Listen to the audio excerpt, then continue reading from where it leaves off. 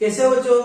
तो चलिए आज हम देखेंगे लिमिटेशन ऑफ डायमेंशनल एनालिसिस की लिमिटेशन क्या क्या है।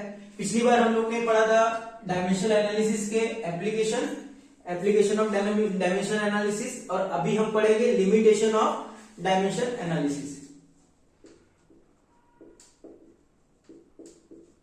Limitation of dimensional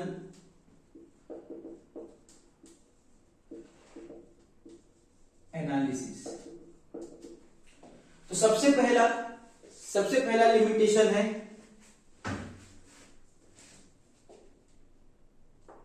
value of dimensional constant can not be determined by this method. Value of constant cannot be determined by this method. For example, f equal to g m1 m2 upon r square. अगर आप Newton's का law जानते तो Newton's ने तो सिर्फ इतना ही बोला था, f directly proportional to product of their masses और f inversely proportional to square of the distance between them, इतना ही बोला था। इसके बाद जब हमने इक्वेशन बनाया तो उसमें हम लोग ने एक g लिया, एक कांस्टेंट लिया f equal to G m1 m2 upon r square. Dimensional analysis से अगर मैं डायमेंशनल एनालिसिस करूं तो मुझे पता चलेगा कि अगर मैं सिर्फ इतना इसको कंसीडर करूं product of masses upon distance का स्क्वायर, तो अगर मैं इसको डायमेंशनली सॉल्व करूं तो ये दोनों इक्वेशन क्या है, गलत हो जाएंगे। ये इसके बराबर तो नहीं है, ये तो मुझे पता चल जाएगा यहां से कि फोर्स जो है m1 m2 upon r square के बराबर नहीं है। तो मुझे एक चीज तो पता चल जाएगा कि इधर कुछ ना कुछ कांस्टेंट आएगा, इधर कुछ ना कुछ कांस्टेंट आएगा जो कि मेरे इक्वेशन को क्या कर दे, करेक्ट कर दे, जो कि मेरे इक्वेशन को क्या कर दे, करेक्ट कर दे। तो g एक कांस्टेंट है, लेकिन इसका क्या है, इसका डायमेंशन है, इसका डायमेंशन है, ये मुझे पता चल जाएगा। लेकिन क्या इसका वैल्यू क्या है, ये कांस्टेंट का वैल्यू क्या है, जैसे इसका वैल्यू क्या है 6.67 इंटू 10 पावर -11। तो इसका जो वैल्यू है ये मुझे नहीं पता चलेगा, इसका जो वैल्यू है ये मुझे नहीं पता चलेगा। मुझे डायमेंशनल एनालिसिस से ये समझ में आ जाएगी कि इधर कुछ ना कुछ कांस्टेंट जरूर आएगा जिसकी वजह से मेरा इक्वेशन क्या हो जाए, सेटिस्फाई हो जाए। लेकिन इसका वैल्यू मुझे नहीं मिलेगा। इसका वैल्यू हम लोग कैसे निकाल सकते हैं, इसका वैल्यू हम लोग एक्सपेरिमेंट से निकाल सकते हैं। इसका वैल्यू कैसे निकाल सकते हैं, इसका वैल्यू हम लोग एक्सपेरिमेंट निकाल सकते हैं। तो पहला लिमिटेशन क्या है कि value of dimensional constant can not be determined by this method. जैसे यहां पर हम लोग g का जो वैल्यू है ये नहीं पता कर सकते, लेकिन हाँ ये पता जरूर कर सकते हैं कि इधर कुछ ना कुछ कांस्टेंट जरूर आएगा ताकि ये इक्वेशन क्या हो जाए, सेटिस्फाई हो जाए। क्योंकि सिर्फ अगर मैं m1 m2 upon r square को कंसीडर करूं तो ये क्या हो जाएगा m स्क्वायर l⁻², लेकिन फोर्स का डायमेंशन क्या होता है m1 l1 t⁻²। तो ये दोनों तो सेटिस्फाई नहीं हो रहे। लेकिन जैसे मैं g को लेके आऊंगा, जैसे मैं g को लेके आऊंगा ये इक्वेशन क्या हो जाएगा, सेटिस्फाई हो जाएगा। आपको g का भी डायमेंशन पता होगा, बताया था हम लोग ने, निकाला था। तो जैसे मैं g को पुट करूंगा तो ये क्या हो जाएगा, ये इक्वेशन सेटिस्फाई हो जाएगा। तो डायमेंशनल एनालिसिस से हम लोग को ये पता चल सकता है कि कौन से कांस्टेंट, मतलब क्या मैं और पुट करूं जो कि मेरा इक्वेशन क्या हो जाए, सेटिस्फाई हो जाए, ये हम लोग को पता चल सकता है। लेकिन उसका वैल्यू कितना है ये नहीं पता चलेगा। सेकेंड लिमिटेशन है dimensionless quantity cannot be determined. Second limitation क्या है, dimensionless quantity cannot be determined. For example ये तो ग्रेविटेशनल फोर्स था, अगर मैं इलेक्ट्रोस्टैटिक्स फोर्स लूं तो क्या था 1/4 pi epsilon naught Q1 Q2 upon r square, Q1 Q2 upon r square. Force क्या हो जाएगा 1/4 pi epsilon naught Q1 Q2 upon r square. अगर मैं सिर्फ इतना कंसीडर करूं Q1 Q2 upon epsilon naught R square. तो क्या ये इक्वेशन डायमेंशनली करेक्ट हो जाएगी? क्या ये इक्वेशन डायमेंशनली करेक्ट हो जाएगी? हाँ, ये इक्वेशन डायमेंशनली क्या हो जाएगी? करेक्ट हो जाएगी। लेकिन क्या ये इक्वेशन न्यूमेरिकली करेक्ट है? न्यूमेरिकली ये इक्वेशन करेक्ट नहीं है। यहां पर हम लोग को 1/4 पाई का वैल्यू जब तक सब्स्टिट्यूट नहीं करेंगे तब तक ये जो इक्वेशन है ये न्यूमेरिकली करेक्ट नहीं हो जाएगी। ये इक्वेशन डायमेंशनली करेक्ट हो सकती है लेकिन न्यूमेरिकली करेक्ट होगी नहीं होगी। और अगर लोग डायमेंशनल एनालिसिस से फॉर्मूला बनाएंगे तो हम लोग को क्या लगेगा? इसका फॉर्मूला सिर्फ कितना है? Q1 Q2 upon epsilon naught R square. लेकिन इधर क्या 1/4 पाई का जरूरत है कि नहीं है? जरूरत है। अगर 1/4 पाई को नहीं लोगे तो आपका जो इक्वेशन है ये न्यूमेरिकली करेक्ट नहीं होगा। तो यही बोल रहा है कि dimensional less quantity can not be determined. मतलब जो 1/4 पाई कैसा क्वांटिटी है? 1/4 पाई डायमेंशनल लेस क्वांटिटी है। तो ये क्वांटिटी का डायमेंशन हम लोग डिटरमाइन, मतलब ये क्वांटिटी को हम लोग डिटरमाइन नहीं कर सकते डायमेंशनल एनालिसिस से। हम लोग अगर डायमेंशनल एनालिसिस करेंगे तो हम लोग को लगेगा कि यही इक्वेशन क्या है? करेक्ट है। लेकिन ये इक्वेशन सिर्फ डायमेंशनली करेक्ट है, न्यूमेरिकली करेक्ट नहीं है। तो पॉज करो वीडियो और ये दो लिमिटेशन लिखो, और दो है उसको भी लिखेंगे, पहले ये लिखो।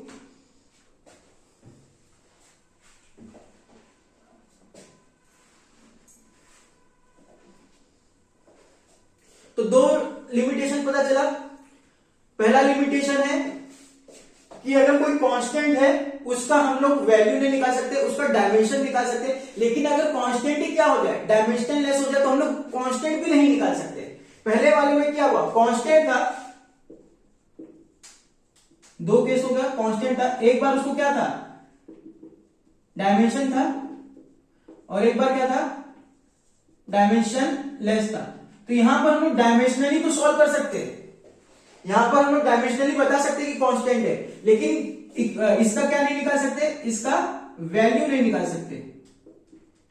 और यहां पर क्या हो गया? यहां पर हम लोग कांस्टेंट ही नहीं निकाल पाएंगे, हम लोग को पता ही नहीं चलेगा। अगर जो मेरा जो कांस्टेंट है वो डायमेंशन लेस हो जाएगा ना, तो अपने को पता ही नहीं चलेगा कि उधर कोई कांस्टेंट लगेगा। तो वो इक्वेशन सिर्फ डायमेंशनली करेक्ट रहेगी, डायमेंशनली क्या रहेगी?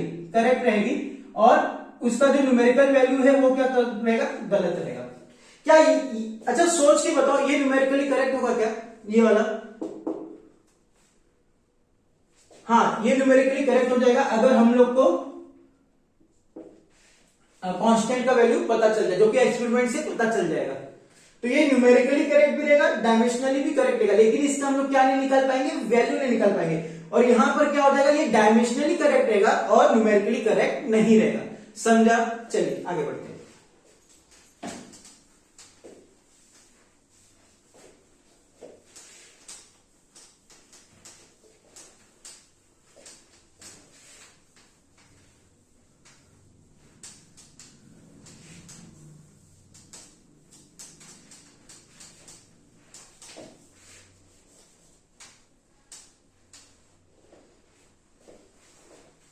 थर्ड लिमिटेशन है, if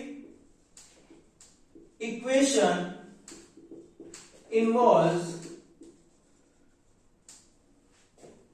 trigonometric function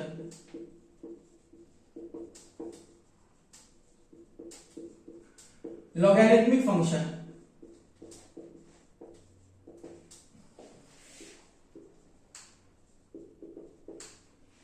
its etc. If equation involves trigonometric function, logarithmic function और दूसरा क्या? Exponential function,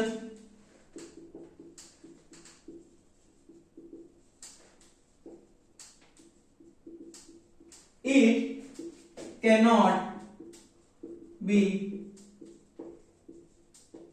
determined। मतलब अगर इक्वेशन में साइन का, जैसे आप वेव इक्वेशन अभी आगे पढ़ोगे, x equal to A sine omega T plus five, ये सब वेव इक्वेशन पढ़ोगे।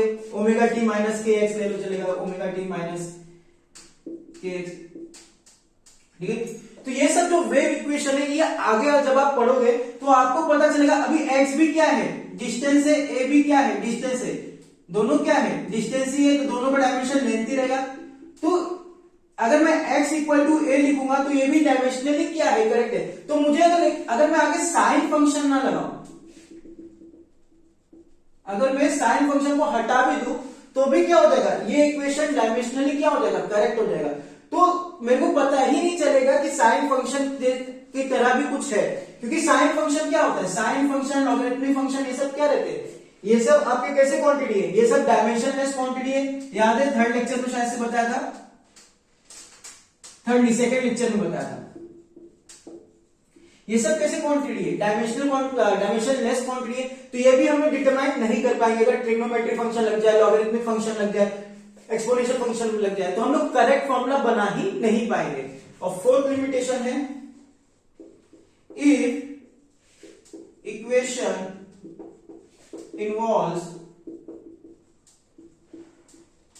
addition or subtraction, then the dimensions, then the formula cannot be determined, then the formula cannot be determined. Example लेते हैं, s equal to ut plus half A T square, second kinematical equation. अच्छा एक minute, ये try करो, s equal to UT try करो और s equal to half A T square try करो। अगर आप दोनों को सॉल्व करोगे तो LHS भी इधर L आएगा, इधर भी LHS L आएगा, इधर भी LHS L आएगा, इधर भी LHS क्या आएगा, लेंथी आएगा, ठीक है। तो अगर मैं इक्वेशन में सिर्फ s इक्वल टू यूटी लिखूं तो भी ये इक्वेशन क्या है, डायमेंशनली करेक्ट है, तो भी ये इक्वेशन क्या है, डायमेंशनली करेक्ट है। या फिर मैं s equal to half A T square लिखूं तो भी ये इक्वेशन क्या है, डायमेंशनली करेक्ट है। लेकिन क्या ये न्यूमेरिकली करेक्ट है, नहीं, ये न्यूमेरिकली करेक्ट नहीं होगा। करेक्ट फॉर्मूला तो यही है ना, s equal to UT plus half A T square. लेकिन अगर मैं इसको सिर्फ ऐसे लिखूंगा s इक्वल टू यूटी तो डायमेंशनली तो ये करेक्ट ही हो जाएगी। तो अगर एडिशन और सब्ट्रैक्शन भी रहेगा बीच में तो मुझे आगे कौन सी क्वांटिटी आने वाली है ये पता नहीं चलेगी। अगर मैं s इक्वल टू यूटी लिखा तो मुझे plus half A T square लगेगा नहीं लगेगा ये मुझे पता नहीं चलेगा। या फिर s equal to half A T square लिखा तो s उसके पहले यूटी था तो वो भी मेरे को पता नहीं चलेगा, समझा। तो अगर प्लस माइनस भी रहेगा तो भी हम लोग डिटरमाइन नहीं कर सकते। तो ये है आपके लिमिटेशन डायमेंशनल एनालिसिस के। इसे लिखिए जल्दी,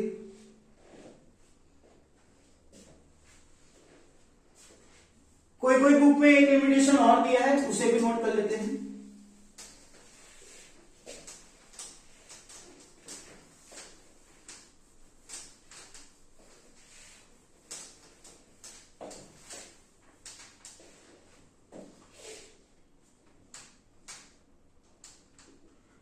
कोई कोई बुक में दिया है, if the equation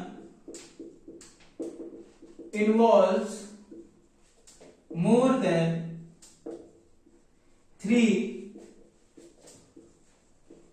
quantities, then it becomes difficult to solve। आपको लास्ट लेक्चर में मैंने एडवांस का क्वेश्चन दिया था, तो उसमें अगर तीन से अगर ज्यादा क्वांटिटीज कंसीडर करोगे फॉर्मूला बनाने में तो उसका जो वेरिएबल है, जो इक्वेशन बनता है वो कैसा हो जाता है, वो कॉम्प्लेक्स बन जाता है, तो वो थोड़ा सा डिफिकल्ट हो जाता है सॉल्व करने में। तो थोड़ा सा मेथड क्या हो जाता है, हैक्टिक हो जाता है। अगर थर्ड लेक्चर देखो तो उसमें लास्ट में आपको एडवांस का क्वेश्चन दिया था, मैंने बोला था ट्राई करना, आप लोग ने किया ही होगा, आंसर तो आ गया होगा लेकिन उसको सॉल्व करना थोड़ा सा हैक्टिक हो गया होगा, ठीक है। तो ये भी एक लिमिटेशन है, कोई कोई बुक में दिया हुआ है। और यहां से अब हम लोग को आज क्या पता चला, आज हम लोग को पता चला अगर इक्वेशन डायमेंशनली करेक्ट हो तो इसका मतलब ये नहीं है कि वो न्यूमेरिकली भी करेक्ट हो। न्यूमेरिकली करेक्ट भी हो सकता है और गलत भी हो सकता है। करेक्ट भी हो सकता है कभी कभार गलत भी हो सकता है। जैसे f equal to G m1 m2 upon R square, ये न्यूमेरिकली भी करेक्ट है, डायमेंशनली भी करेक्ट है। लेकिन f equal to 1 upon 4 pi epsilon naught q1 q2 upon R square. अगर उसमें मैं 1/4 नहीं लिखूंगा तो वो डायमेंशनली तो करेक्ट हो जाएगा, लेकिन वो क्या न्यूमेरिकली करेक्ट होगा? न्यूमेरिकली करेक्ट नहीं होगा। और एक पॉइंट, अगर इक्वेशन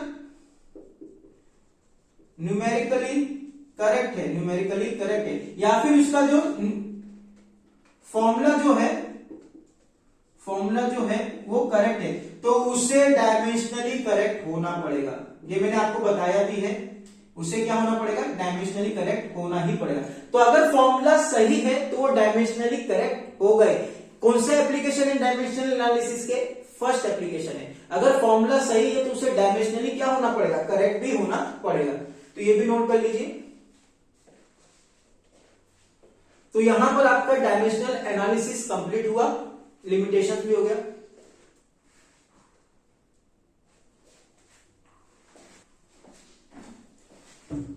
तो लिख लिया होगा अब तक आप लोग ने। चलिए इसे रफ कर देता हूं।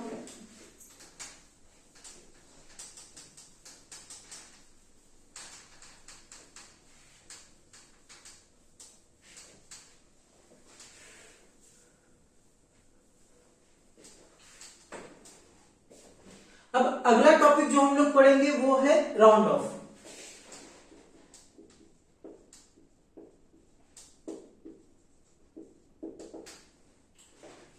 राउंड ऑफ आप लोग बचपन से करते हैं। जैसे अगर टेस्ट में मार्क्स मिला 10 में से 9.5, तो आप घर में बोलते हो पापा 10 में से 10 आ गया। तो ये सब आप लोग क्या कर रहे हो? आप अप्रोक्सीमेटली क्या कर रहे हो? इक्वल का मतलब 10 के बराबर कर दे रहे हो, राउंड ऑफ कर ले रहे हो। अगर 10 में से 9.5 आया तो आप घर जाके क्या बोलते हो? पापा 10 में से 10 आया। तो ये सब आप लोग क्या कर रहे हो? ये सब आप लोग राउंड ऑफ कर रहे हो। तो राउंड ऑफ के कुछ रूल होते हैं, आइए देखते हैं राउंड ऑफ के रूल। इसके पहले एक नंबर ले लेता हूं मैं, 216।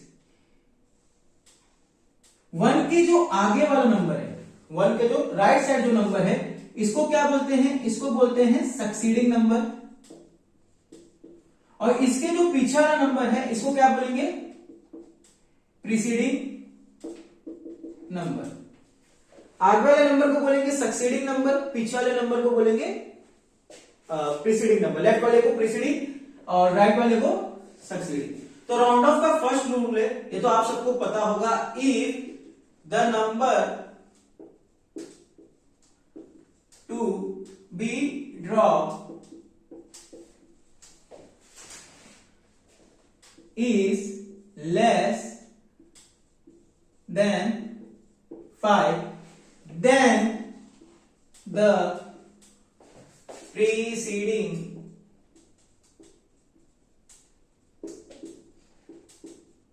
number is left unchanged। समझने की कोशिश करते हैं। 2.34 है। मुझे किसको ड्रॉप करना है? मुझे 4 को ड्रॉप करना है। किसको ड्रॉप करना है? 4 को ड्रॉप करना है, और इसको 2 डिसिमल मतलब 1 डिसिमल तक लेके आना है। किधर तक लेके आना है? 1 डिसिमल प्लेस तक लेके आना है। तो अगर मेरे को 4 को ड्रॉप करना है, 4 क्या है? Less than 5। और रूल क्या बोल रहा है? If the number to be drop is less than 5, then the preceding number, मतलब इसके पहले वाला नंबर क्या होगा? Is left unchanged. मतलब इसका आंसर क्या हो जाएगा? इसका आंसर हो जाएगा 2.3, अगर 1 डिसिमल तक बोला। समझा?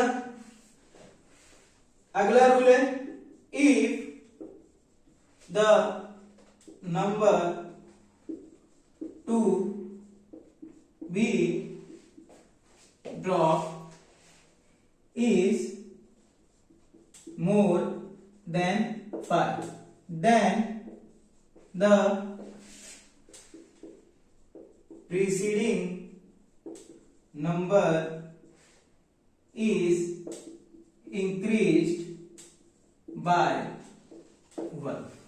मतलब अगर यही नंबर हो जाए 2.37, मुझे 7 को ड्रॉप करना है। मुझे किसको ड्रॉप करना है? 7 को ड्रॉप करना है। अगर मुझे 7 को ड्रॉप करना है, और 7 क्या है? मोर देन 5 है। 7 क्या है? More than 5। अगर नंबर मोर देन 5 है तो मेरा प्रीसीडिंग नंबर क्या हो जाएगा? ये वाला नंबर क्या हो जाएगा? इंक्रीज बाय 1, मतलब इसका वैल्यू क्या हो जाएगा? 2.4। इसको क्या करेंगे, एक नंबर इसमें ऐड कर देंगे तो ये क्या हो जाएगा 2.4। ये दो रूल तो आपको पता होगा, नोट कर लीजिए, फिर आगे करते हैं। तो अभी तक हम लोग ने क्या देखा, लेस देन 5 वाला देखा है, मोर देन 5 वाला देखा है। अब देखेंगे अगर नंबर जो ड्रॉप हो रहा है वो 5 रहा तो। आधे लोग बोल रहे होंगे सर 5 रहता तो हम लोग तो बढ़ा ही देते। नहीं, हर केस में 5 में नहीं बढ़ेगा। इरेज करें,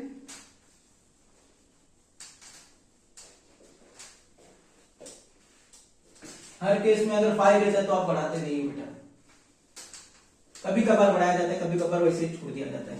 आइए देखते हैं।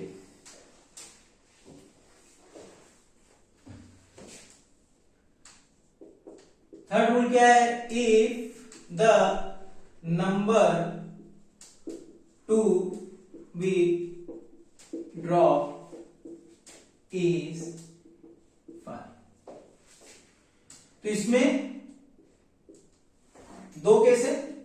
पहला केस है if the succeeding number is anything other than 0, then the preceding number increases by 1। आइए देखते हैं इसको। If the succeeding number is anything other than 0, then the preceding number increases by 1। अभी हम लोग को किसको ड्रॉप करना है, याद रखना, जब हम लोग 5 को ड्रॉप करेंगे तभी ये केस लगेगा 2.351। 2.351 मुझे एक डिसिमल तक क्या करना है, राउंड ऑफ करना है, ठीक है। तो अभी मुझे 5 को भी ड्रॉप करना पड़ेगा। 1 को ड्रॉप कर दो क्या फर्क नहीं पड़ेगा, 5 तो 5 रहेगा। अब ये 5 रहा, अब मुझे क्या करना है, 5 को ड्रॉप करना है। अब मैं आगे देखूंगा तो 5 के आगे क्या है, 1। क्या बोल रहा है, if the succeeding number is anything, कोई भी नंबर 0 के अलावा अगर कोई भी नंबर रहे 5 के आगे, 0 के अलावा अगर कोई भी नंबर रहे 5 के आगे, तो हम लोग क्या करते हैं, succeeding number is anything other than 0, then the preceding number है, सक्सीडिंग ये वाला, प्रीसीडिंग ये वाला। तो सक्सीडिंग नंबर क्या है 1, तो प्रीसीडिंग नंबर को क्या करेंगे, आठ बंद करके एक वैल्यू बढ़ा देंगे, तो क्या हो जाएगा 2.4। ये समझ में आया, 2.351 क्या हो गया 2.4। सेकेंड केस क्या है, if the succeeding number is 0। अब यहां पर भी दो केस हो जाएगा। पहला केस है if preceding number is even, then it remains unchanged। मतलब अगर मैं 2.45 इसको मुझे कहां तक राउंड ऑफ करना है, इसको मुझे एक डिसिमल तक राउंड ऑफ करना है, 1 डिसिमल प्लेस तक। तो 5 के आगे तो कुछ नहीं, मतलब 5 के आगे कुछ नहीं, मतलब 5 के आगे क्या होगा 0 होगा, ये वाला केस। अब देखो 5 के आगे 0 हो गया। अब क्या हो रहा है, if the preceding number is क्या इवन, ये प्रीसीडिंग नंबर क्या है इवन है ना, तो इसको चेंज करना है, इसको चेंज नहीं करना है, इसको ऐसे ही रहने देना है। तो इसका आंसर क्या हो जाएगा 2.4। समझा। और सेकेंड केस है if preceding number is odd then the number is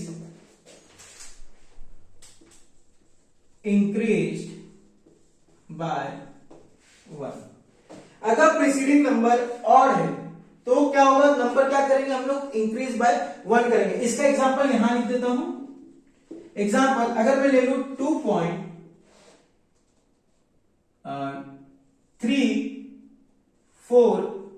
2.35। क्या ले लिया? 2.35। आगे कोई नंबर है? नहीं है। तो ये कौन सा केस है? जीरो वाला केस है। कौन सा केस है? जीरो वाला केस है। 5 के आगे कैसा नंबर है? प्रीसीडिंग नंबर कैसा है? और। अगर प्रीसीडिंग नंबर आपका और रहेगा तो इसको क्या करेंगे? Increase by 1। क्या करेंगे? Increase by 1। तो ये क्या हो जाएगा? 2.4। समझ में आया? अभी कुछ एग्जांपल करेंगे तो और अच्छे से समझेगा। पहले से नोट कर लीजिए, इसी सा टॉपिक है।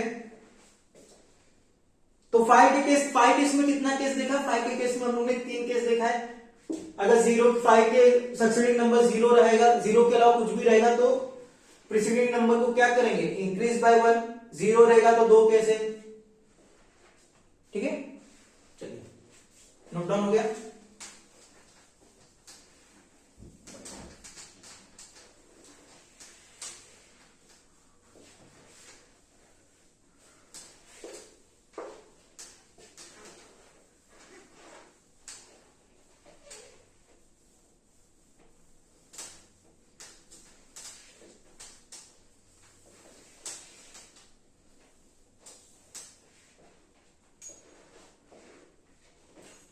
तो कुछ नंबर आप कुछ क्वेश्चन ले लो, सॉल्व करो।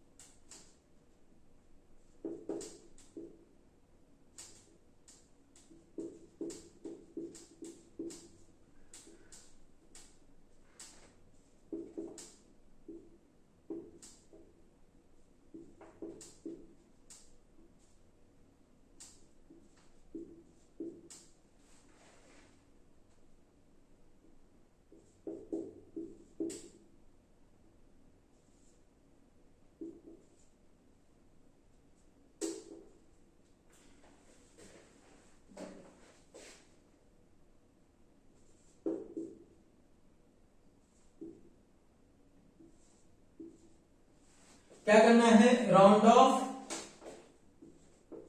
Up to 1 decimal place. Easy question है। 1 डेसिमल प्लेस मतलब यहां तक राउंड ऑफ करना है। फटाफट आप राउंड ऑफ करो नंबर्स को। चलो ट्राई करो।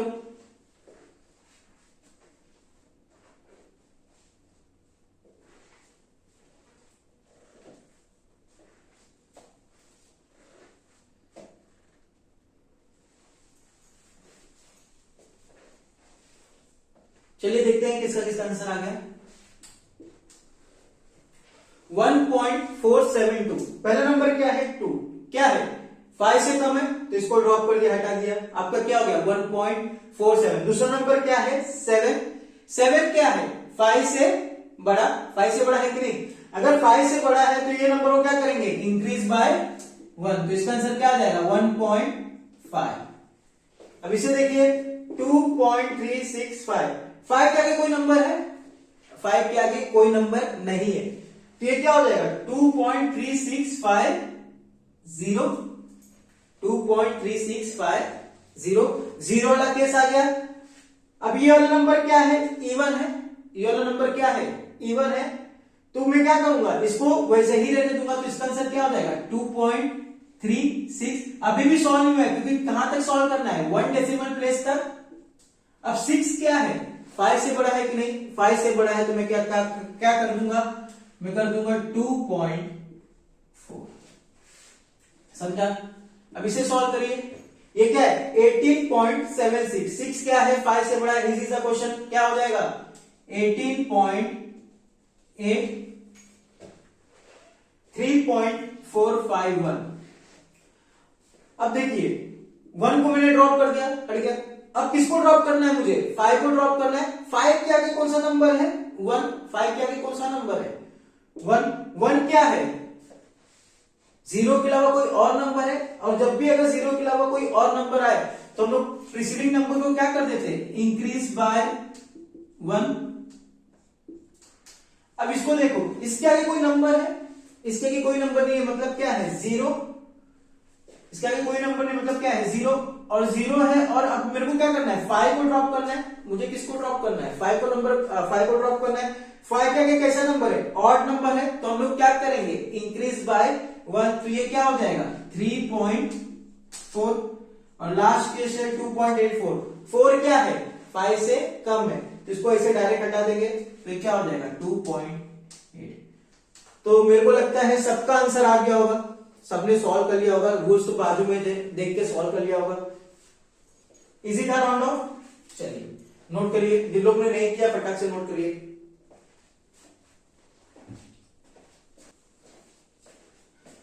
तो लिख लिया होगा अब तक। तो चलिए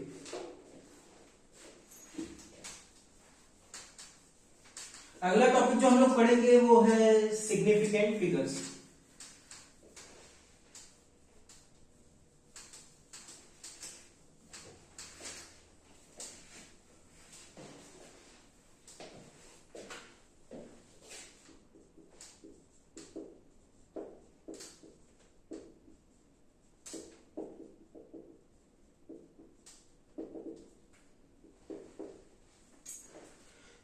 तो कौन से नंबर सिग्निफिकेंट होते हैं, आइए देखते हैं। तो ऑल नंबर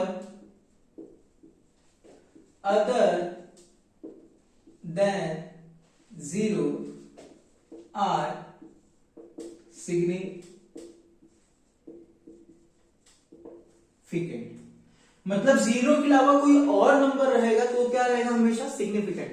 जैसे अगर 2, 1, 3 रहे, या फिर 21.34 या फिर 19.6, तो इसमें हर एक नंबर क्या है, जीरो के अलावा और कोई नंबर है, तो सारे नंबर क्या है, सिग्निफिकेंट। तो यहां पर कितने सिग्निफिकेंट नंबर है, 1, 2, 3, तो कितने सिग्निफिकेंट नंबर है, 3 सिग्निफिकेंट फिगर्स।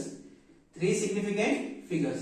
यहां पर कितने सिग्निफिकेंट फिगर्स है, 1, 2, 3, 4, कितने सिग्निफिकेंट फिगर्स है, 4 सिग्निफिकेंट फिगर्स है, क्योंकि 0 के अलावा और कोई नंबर है।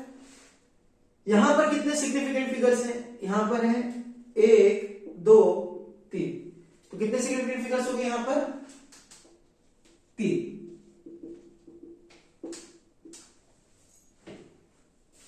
अब अगर 0 रहा तो क्या होगा, तो 0 के केस में काफी सारे रूल है, रूल लिखाऊंगा नहीं, मैं सबका एक एक एग्जांपल दे दूंगा, तो आपको आसान पड़ेगा। रूल रट के क्या करोगे, समझ जाओगे तो आसान पड़ेगा। तो हमेशा याद रखो, चलो मैं एग्जांपल लिख देता हूं, 3, 0, 0,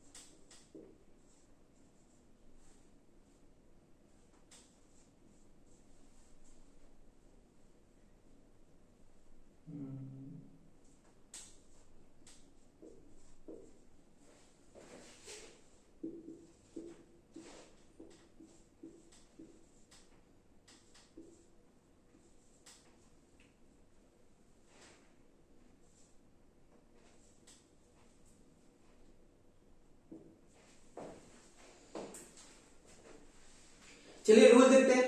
तो हमेशा याद रखना, 0 टू द राइट, मतलब राइट में 0 रहेगा तो हमेशा क्या रहेगा, सिग्निफिकेंट नहीं रहेगा। सिग्निफिकेंट रहेगा क्या, वो सिग्निफिकेंट नहीं रहेगा, ठीक है। तो यहां पर कितने सिग्निफिकेंट फिगर्स है, यहां पर ये 0 क्या सिग्निफिकेंट है, ये 0 सिग्निफिकेंट नहीं है। तो इधर कितना सिग्निफिकेंट फिगर है, यहां पर सिर्फ और सिर्फ, यहां पर सिर्फ और सिर्फ एक सिग्निफिकेंट फिगर है, कितना, 1 सिग्निफिकेंट फिगर। लेकिन अगर ये जीरो पॉइंट के बाद रहे, पॉइंट के बाद रहे, तो ये क्या हो जाएगा, ये सिग्निफिकेंट हो जाएगा। तो यहां कितने सिग्निफिकेंट हो जाएंगे, ये तो सिग्निफिकेंट है क्योंकि 0 के अलावा और कोई नंबर है, लेकिन क्या ये सिग्निफिकेंट है, हाँ, क्यों, क्योंकि ये पॉइंट के बाद है। पॉइंट के बाद अगर 0 रहा तो वो क्या रहेगा, वो सिग्निफिकेंट रहेगा। पॉइंट के बाद 0 रहा तो क्या रहेगा, सिग्निफिकेंट रहेगा। तो कितना हो गया, 1 2 3 4, कितने सिग्निफिकेंट फिगर हो गए, 4 सिग्निफिकेंट फिगर। ठीक है,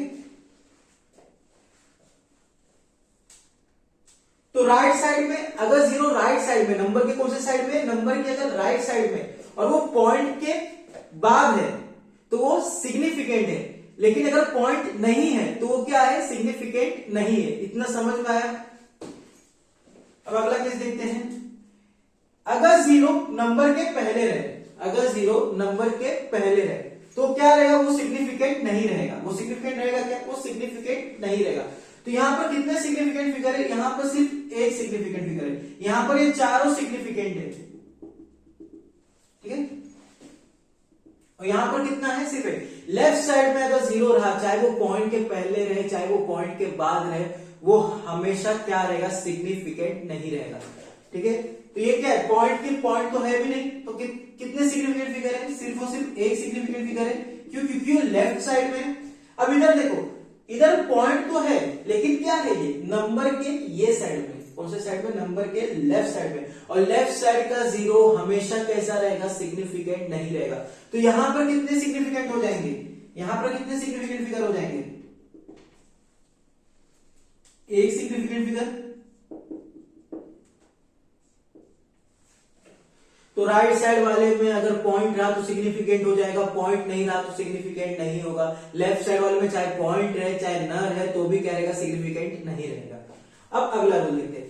अगर 0 दो नंबर के बीच में आ जाए, अगर 0 दो नंबर के बीच में आ जाए तो क्या हो जाएगा, सिग्निफिकेंट हो जाएगा। वो क्या हो जाएगा, सिग्निफिकेंट हो जाएगा। दो नंबर के बीच में आया तो वो सिग्निफिकेंट हो जाएगा। तो इधर कितने सिग्निफिकेंट फिगर रहेंगे, 4 सिग्निफिकेंट फिगर। अब इधर थोड़ा सा कंफ्यूजन होगा सर, 30.003। ध्यान दो, मैंने क्या बोला था, अभी तुम लोग बोलेगा सर ये तो लेफ्ट साइड में है ये नंबर के, तो ये सिग्निफिकेंट नहीं रहेगा। ये राइट साइड में ये नंबर के, तो ये सिग्निफिकेंट नहीं रहेगा, ये 0 सिग्निफिकेंट रहेगा ही नहीं। लेकिन ध्यान दो, ये दो नंबर के बीच का 0 है, दो नंबर के बीच का 0, और दो नंबर के बीच का 0 हमेशा कैसा रहता है, वो हमेशा सिग्निफिकेंट रहता है। तो इधर कितने सिग्निफिकेंट फिगर रहेंगे, 4। और याद रखना, जब भी आपको ऑर्डर दिखे, ऐसा 10 का पावर कुछ भी दिखे, तो ये कभी भी सिग्निफिकेंट नहीं रहेगा। ये कभी भी सिग्निफिकेंट नहीं रहेगा। जब भी आपको 10 का पावर कुछ दिखे तो ये सिग्निफिकेंट नहीं रहेगा। तो इधर सिग्निफिकेंट कौन सा है, सिर्फ और सिर्फ 3। तो कितने सिग्निफिकेंट फिगर है, 1 सिग्निफिकेंट फिगर। चलो दिमाग लगाओ और ये क्वेश्चन सॉल्व करो। तो एक बार फिर से रिवाइज करते हैं। अगर राइट साइड में रहेगा, पॉइंट नहीं रहा तो सिग्निफिकेंट नहीं है 0। पॉइंट रहा, राइट साइड में रहा तो सिग्निफिकेंट है 0। लेफ्ट साइड में चाहे पॉइंट के पहले रहे चाहे पॉइंट के बाद रहे, मतलब पॉइंट रहे ना रहे लेफ्ट साइड में, तो भी वो सिग्निफिकेंट नहीं रहेगा।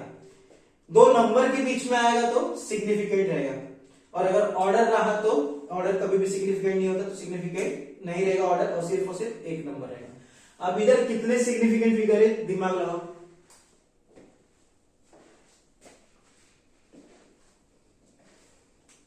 चलो कर लिया होगा। क्या ये सिग्निफिकेंट रहेगा, ये 3 नहीं, क्योंकि ये साइड कोई नंबर नहीं है और ये क्या है, लेफ्ट साइड में है नंबर के। तो क्या ये सिग्निफिकेंट रहेगा, नहीं। क्या ये नंबर सिग्निफिकेंट रहेगा, हाँ। क्या ये 0 सिग्निफिकेंट रहेगा, सोचो सोचो। देखो इधर 3 है ना, तो ये तो सिग्निफिकेंट है। तो दो नंबर के बीच में आ रहा है तो ये भी क्या हो गया, सिग्निफिकेंट हो गया। क्या ये 0 सिग्निफिकेंट रहेगा, लास्ट के दो पॉइंट के बाद का 0 भी सिग्निफिकेंट है।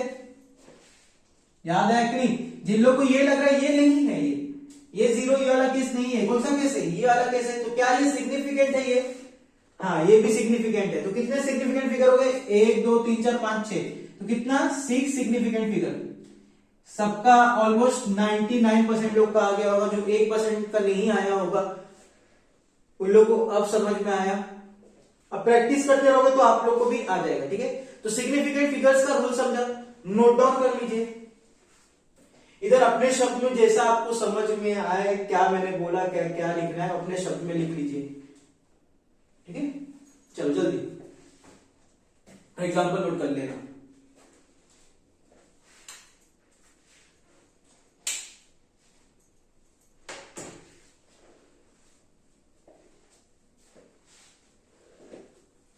नोट कर लिया?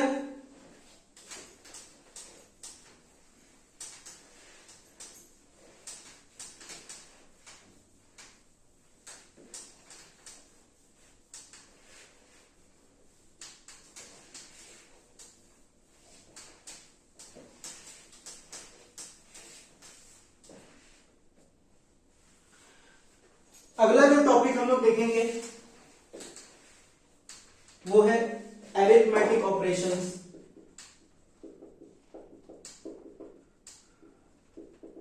अरिथमेटिक ऑपरेशंस इन्वॉल्विंग सिग्निफिकेंट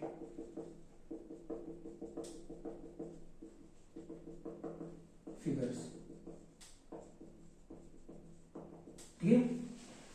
अगला जो टॉपिक है वो क्या है? Arithmetic operations involving significant figures. Arithmetic operation का डाउट होगा, अरिथमेटिक ऑपरेशन क्या है? कुछ नहीं है। अरिथमेटिक ऑपरेशन मतलब एडिशन, सब्ट्रैक्शन, मल्टीप्लिकेशन, डिवीजन। तो पहला केस हम लोग देखेंगे एडिशन और सब्ट्रैक्शन, क्योंकि दोनों के रूल क्या है? सेम है, एडिशन और सब्ट्रैक्शन के।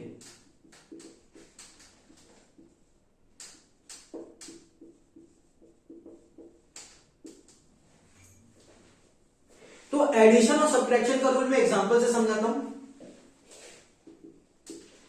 अगर मैंने बोला 25.33 प्लस 0.925, ठीक है, इसको ऐड करना है।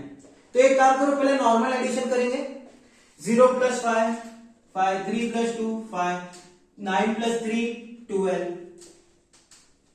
6। अब ये रूल क्या बोलता है? अगर बोला कि एडिशन करो किसके हिसाब से? सिग्निफिकेंट फिगर्स के हिसाब से। किसके हिसाब से? सिग्निफिकेंट फिगर्स के हिसाब से। अगर आपको एडिशन और सब्ट्रैक्शन करने बोला तो याद रखना, ये रूल कहता है कि आपका जो आंसर है, द आंसर शुड बी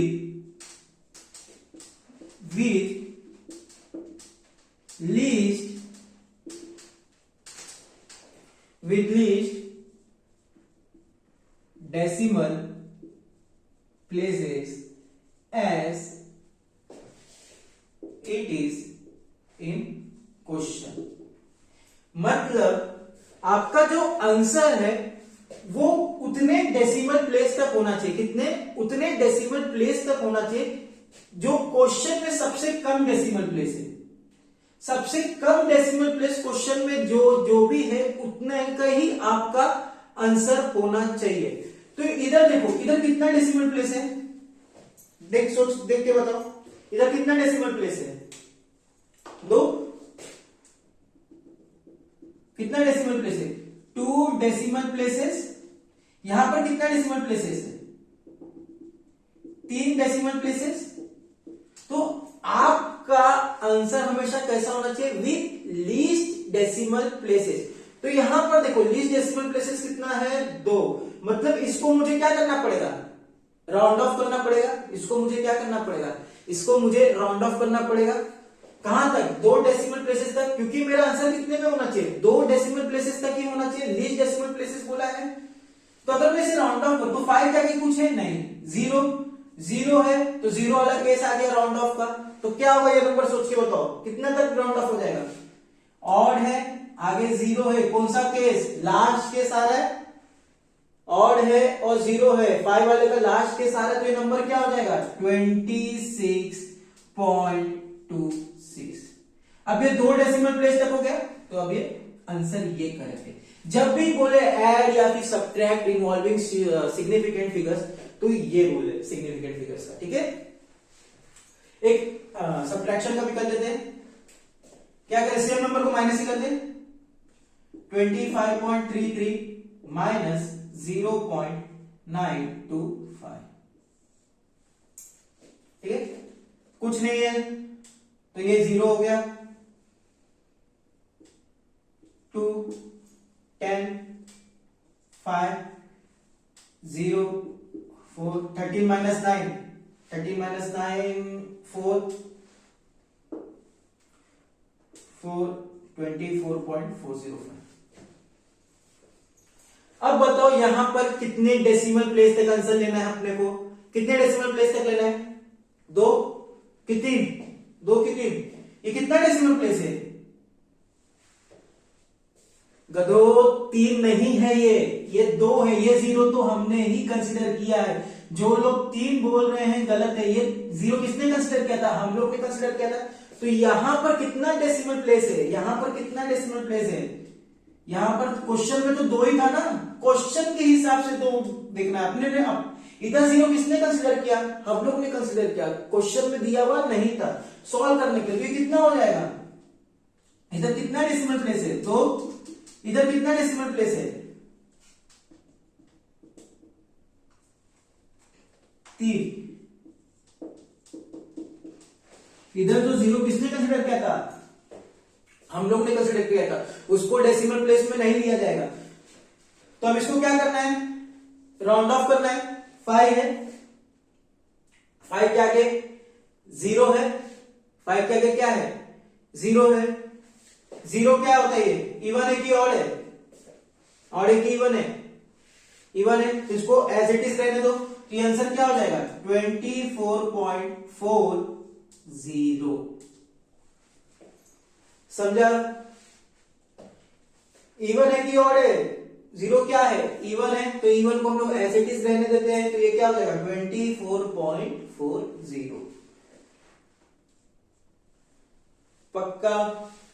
किसी को डाउट रहेगा तो कमेंट कर देना, ठीक है। तो एडिशन सब्ट्रैक्शन वाला रूल लिखो।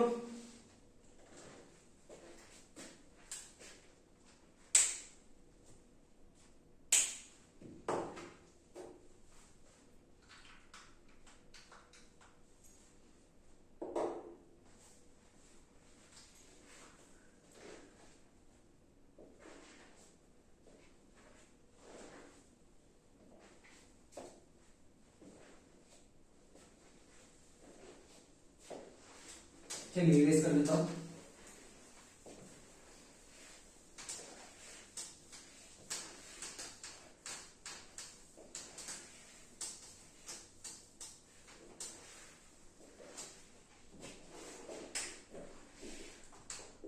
अब दूसरा क्या है? मल्टीप्लिकेशन और डिवीजन।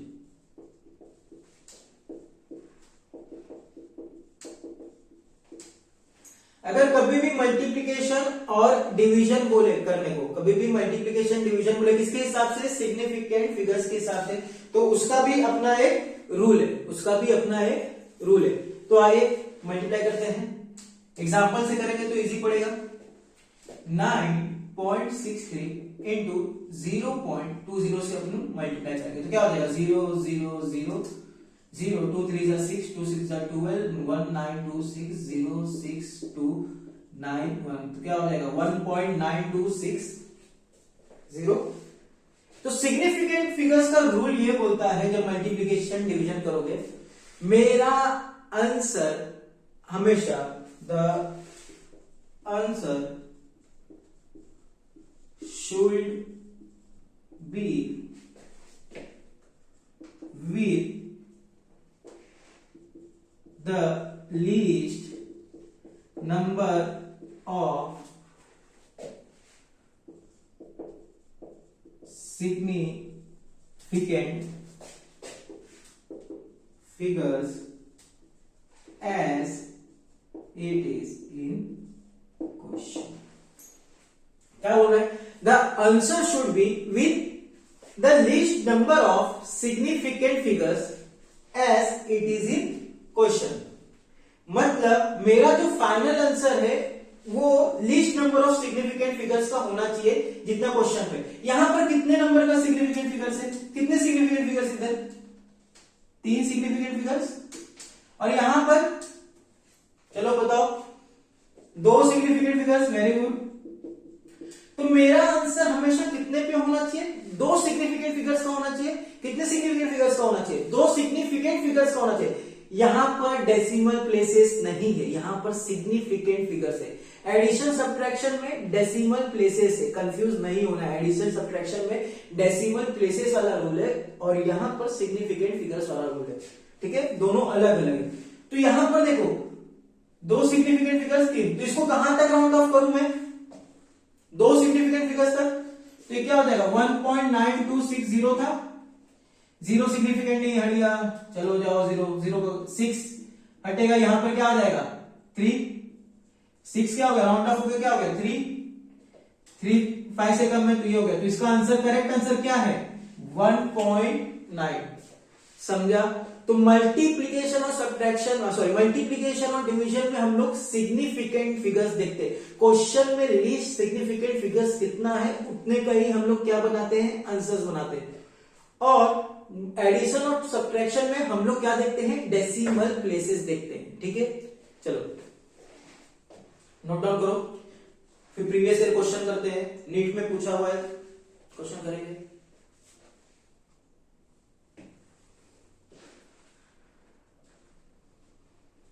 तो एडिशन सब्ट्रैक्शन डिवीजन का भी सेम रूल है, डिवाइड कर लो, कितना list number of significant figures है उससे फिर कर लेना, सॉल्व कर लेना, ठीक है, सेम है।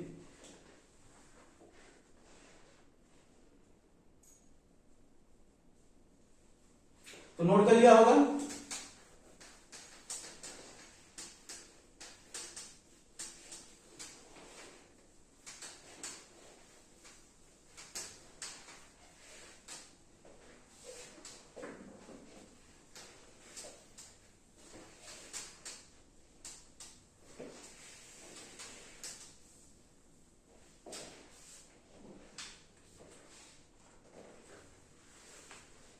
आइए अगला देखते हैं, नीट का क्वेश्चन है प्रीवियस ईयर का।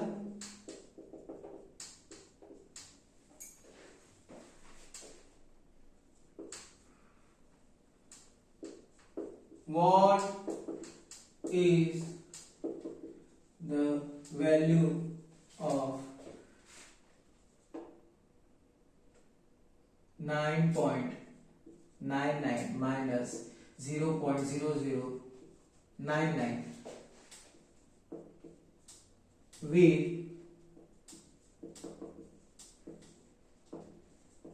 significant figures। तो सिग्निफिकेंट फिगर सुना तो इसको माइनस किसके हिसाब से करोगे, सिग्निफिकेंट फिगर्स के हिसाब से नहीं, डेसिमल प्लेस के हिसाब से। रूल तो सिग्निफिकेंट फिगर्स के इसमें ही है, लेकिन इसका सिग्निफिकेंट फिगर्स के हिसाब से रूल क्या है, डेसिमल प्लेस वाला, ठीक है, कंफ्यूज नहीं होना। इसमें कौन सा रूल लगता है, सिग्निफिकेंट फिगर्स बोलने का मतलब आपको रूल लगाना है सिग्निफिकेंट फिगर्स वाला। सिग्निफिकेंट फिगर्स वाला रूल क्या है, डेसिमल प्लेस वाला। किसके लिए, एडिशन और सब्ट्रैक्शन के लिए। समझ में आ रहा है। तो इसको चलिए माइनस करते हैं, क्या हो जाएगा 9.99 माइनस 0.0099, ये क्या हो जाएगा 00109 तो क्या हो जाएगा 108। क्या ये करेक्ट ऑप्शन है, क्या ये आंसर करेक्ट है, नहीं। आपको करेक्ट सिग्निफिकेंट फिगर्स तक बोला था, तो इसको क्या करेंगे, least number of decimal places तक जाएंगे। आइए least number of decimal places तक जाएंगे। ये 0 हमने कंसीडर किया है, इसको कंसीडर नहीं किया जाता है, ठीक है, तो कंसीडर करो। यहां पर least number of decimal places क्या है, 2 डेसिमल प्लेस है, यहां पर 4 डेसिमल प्लेस है। तो आपका आंसर कितने डेसिमल प्लेस तक होना चाहिए, 2 डेसिमल प्लेस तक होना चाहिए। ये गया तो बचा क्या, आंसर क्या बनेगा 9.98। राउंड ऑफ कर दिया, ये 1 हट गया, 5 से कम है, बढ़ा नहीं, 0 भी हट गया तो 9.98। जिन लोग ने ये आंसर कर लिया था बहुत अच्छे हैं, जिन लोग ने नहीं किया मतलब वो लिखे जल्दी।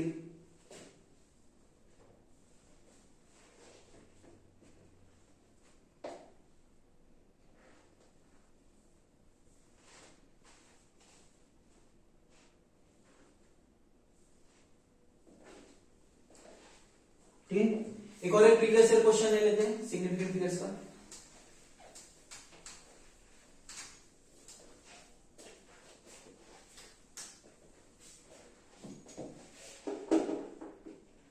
Calculate area of rectangle by using significant figures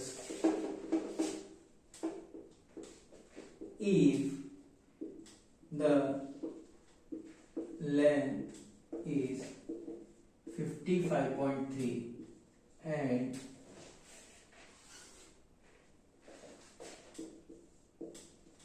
breadth is 25 metre. Option ले लो 14 into 10 power 2, 138 10 power 1, 1382 और फोर्थ ऑप्शन 1382.5। चलो सॉल्व करो।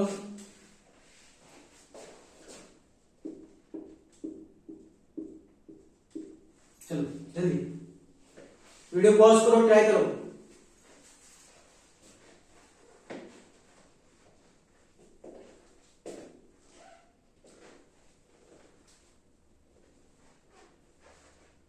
ट्राई कर लिया, चलिए देखते हैं इसका क्या आंसर आया।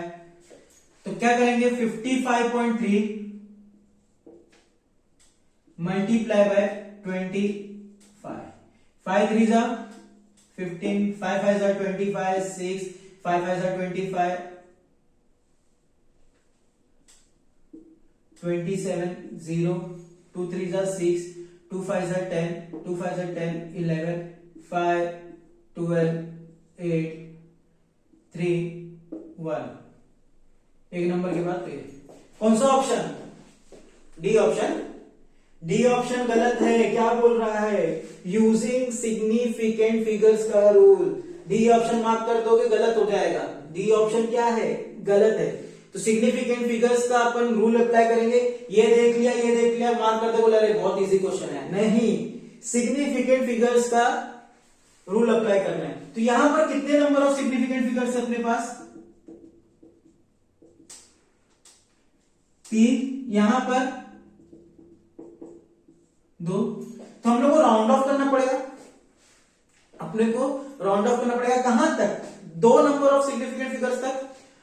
तो इसको एक काम करता है, इसको पॉइंट पे खिसका देता हूं, पॉइंट अगर मैं शिफ्ट करूंगा डिसिमल के बाद ही राउंड ऑफ करोगे, ठीक है। तो 2 नंबर तक करना है, तो मतलब ये 1 तो रहेगा, इधर मेरे को पॉइंट को क्या करना है, शिफ्ट करना पड़ेगा। तो मैं क्या कर रहा हूं, 3 पॉइंट तक शिफ्ट कर देता हूं, 1.3825 इंटू 10 पावर 3 पॉइंट शिफ्ट किया 10 का पावर 3। अब आप राउंड ऑफ कहां करते हो, डेसिमल के बाद ही राउंड ऑफ करते हो, तो मेरे को डेसिमल क्या करना पड़ेगा, खिसकाना पड़ेगा। तो मैंने क्या कर दिया, शिफ्ट कर दिया डेसिमल को। अब 5 क्या है, 5 के आगे 0, कोई फर्क नहीं, तो ये 1.382 रहेगा। 5 के आगे क्या था, इधर प्रीसीडिंग नंबर क्या है, सॉरी सक्सीडिंग नंबर क्या है 0, और प्रीसीडिंग नंबर क्या है 2, जो कि इवन है, चेंज करेंगे नहीं करेंगे, वैसे ही रहने देंगे। अब 2 क्या है 5 से कम, तो क्या ये चेंज होगा, नहीं, ये क्या हो जाएगा 1.38। 8 क्या है 5 से ज्यादा, तो अब क्या हो जाएगा 1.4 इंटू 10 पावर 3। सर ऑप्शन ही नहीं है, अरे बेटा ये तो है ना। अभी क्या करेंगे, एक पॉइंट शिफ्ट कर देंगे फिर से, 14 इंटू 10 पावर 2। ये तो सिग्निफिकेंट नहीं होता 10 का पावर 2, 10 का पावर 2 का सिग्निफिकेंट होता है, नहीं होता है। तो ऑप्शन कौन सा करेक्ट है, 1। वैसे ये क्वेश्चन देखते ही हो जाना चाहिए, क्योंकि देखो क्वेश्चन में क्या दिया है, 3 डेसिमल प्लेस इधर दो डेसिमल प्लेस तीन सिग्निफिकेंट फिगर इधर, दो सिग्निफिकेंट फिगर इधर, तो आंसर किसमें होना चाहिए? Least number of significant figures में। तो least number of significant figures किसका है? Sorry, least number of significant figures कितना है? 2। तो ऑप्शन कितना होना चाहिए? 2 सिग्निफिकेंट फिगर वाला। तो 2 सिग्निफिकेंट वाला फिगर देखो, एक यही ऑप्शन है, बाकी ये 3 है, ये 4 है, ये तो 5 है। तो एक ही ऑप्शन है जिसमें 2 सिग्निफिकेंट फिगर है, क्योंकि मेरा आंसर कितने में होना चाहिए? 2 सिग्निफिकेंट फिगर में होना चाहिए। तो देखते ही ये क्वेश्चन हो जाना चाहिए था, फर्स्ट ए ऑप्शन मार्क कर देना चाहिए था। जिन लोग, काफी लोग, मतलब काफी नहीं, 1-2% लोगों ने किया होगा देखते ही, तो वेरी गुड। हुआ सॉल्व? नोट डाउन हो गया? चलिए जल्दी जल्दी नोट डाउन करिए।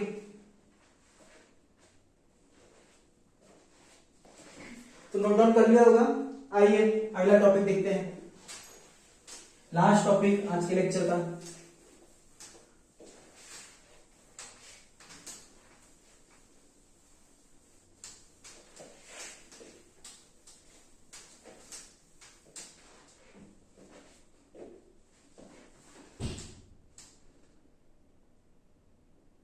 Last topic, order of magnitude. ठीक है, लास्ट टॉपिक क्या है? Order of magnitude. z equal to a into 10 की पावर x। ये जो x होता है, ये जो x होता है, इसको ही क्या बोलते हैं? Order of magnitude. z क्या है? वैल्यू। z क्या है? जैसे अगर मैं बोला कोई भी क्वांटिटी लिया, उसका कुछ ना कुछ वैल्यू होगा। तो a क्या है? a नंबर है।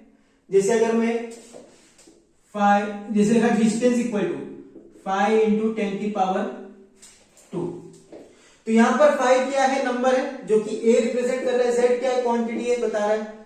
और 2 क्या है? 2 है ऑर्डर ऑफ मैग्नीट्यूड। ठीक है, लेकिन ये a का एक रूल होता है। ये a का क्या रहेगा? एक रूल रहेगा।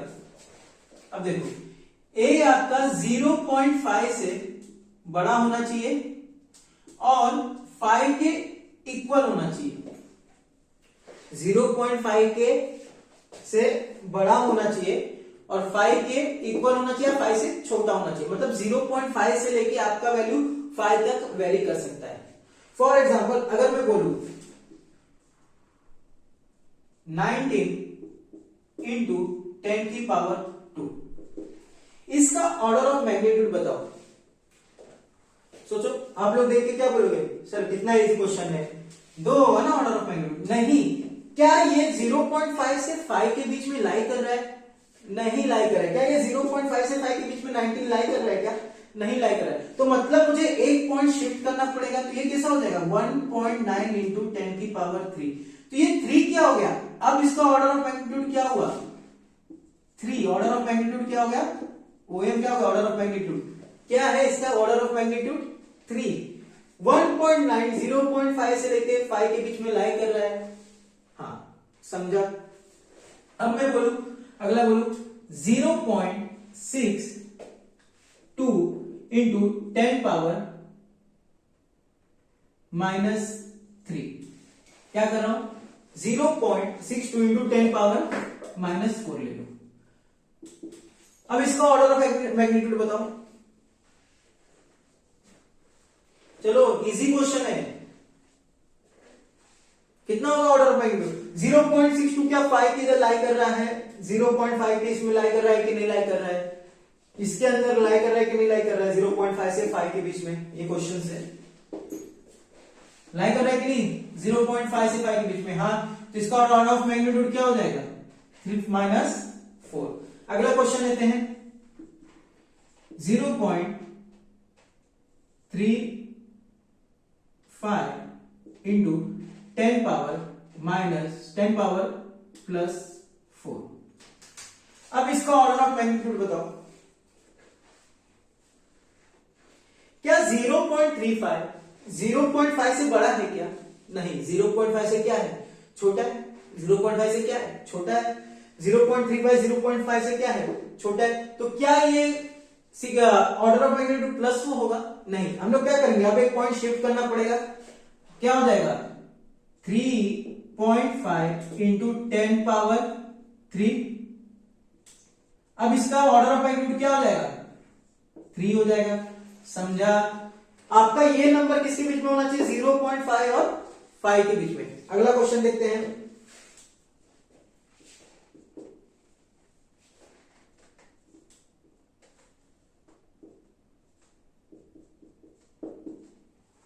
चलो ऑर्डर ऑफ मैग्नीट्यूड बताओ, ऑर्डर ऑफ मैग्नीट्यूड बताओ, चलो जल्दी। क्या 0.12 0.5 से बड़ा है कि छोटा है? 0.5 से बड़ा है कि छोटा है? सोचो, छोटा है। तो क्या इसका ऑर्डर ऑफ मैग्नीट्यूड -6 होगा? नहीं। मुझे क्या करना पड़ेगा, एक पॉइंट शिफ्ट करना पड़ेगा। एक पॉइंट क्या करना पड़ेगा, शिफ्ट करना पड़ेगा। तो जैसे ही एक पॉइंट शिफ्ट किया तो क्या हो जाएगा, 1.2 इंटू 10 पावर -7। तो इसका ऑर्डर ऑफ मैग्नीट्यूड क्या हो गया, -7। समझ में आया? पक्का? एक आखिरी क्वेश्चन ले लो।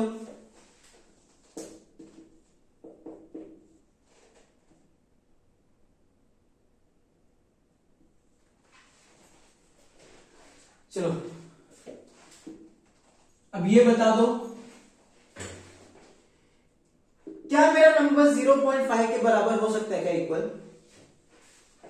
5 के इक्वल हो सकता है? 0.5 के इक्वल नहीं हो सकता।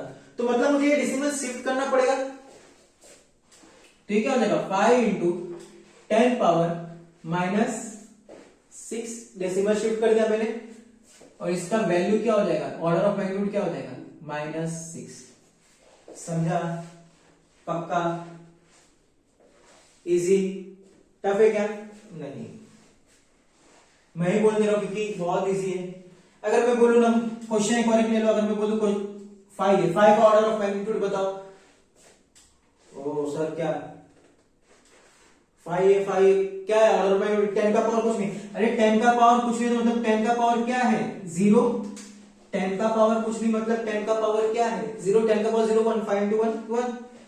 तो ऑर्डर ऑफ मैग्नीट्यूड इसका क्या है, 0। पक्का? इजी? डाउट रहेगा? नहीं रहेगा? तो यहां पर आपका ऑर्डर ऑफ मैग्नीट्यूड भी खत्म हो गया। तो लेक्चर यहां पर कंप्लीट हो गया पूरा। तो अब तक हम लोग ने क्या पढ़ा, क्विक रिवीजन करते हैं, फिर अगले लेक्चर में एरर्स पढ़ेंगे। ओ मैंने डायरेक्ट रफ कर दिया, आप लोग वीडियो पीछे लेके पॉज करके प्लीज लिख लेना, ठीक है। तो अगले लेक्चर में हम लोग एरर्स पढ़ेंगे। एरर्स पढ़ने के बाद हम लोग वर्नियर कैलिपर देखेंगे और स्क्रू वर देखेंगे। यही 3 टॉपिक बचे हैं। तो अब तक हम लोग ने क्या क्या पढ़ा था, सबसे पहले फिजिकल क्वांटिटीज क्या होता है ये पढ़ा, यूनिट्स पढ़ा, यूनिट सिस्टम पढ़ा, डायमेंशंस पढ़ा, डायमेंशंस के 3 एप्लीकेशन पढ़े, और डायमेंशन के 3 एप्लीकेशन पढ़ने के बाद उसका लिमिटेशन देखा। फिर हम लोग ने सिग्निफिकेंट फिगर्स पढ़ा, राउंड ऑफ पढ़ा है, और ऑर्डर ऑफ मैग्नीट्यूड पढ़ा है। इतना चीज हम लोग ने पढ़ चुका है। तो प्लीज रिवाइज करते रहिए, पढ़ते रहिए और मेहनत करते रहिए। मिलते हैं अगले लेक्चर में। Okay, bye.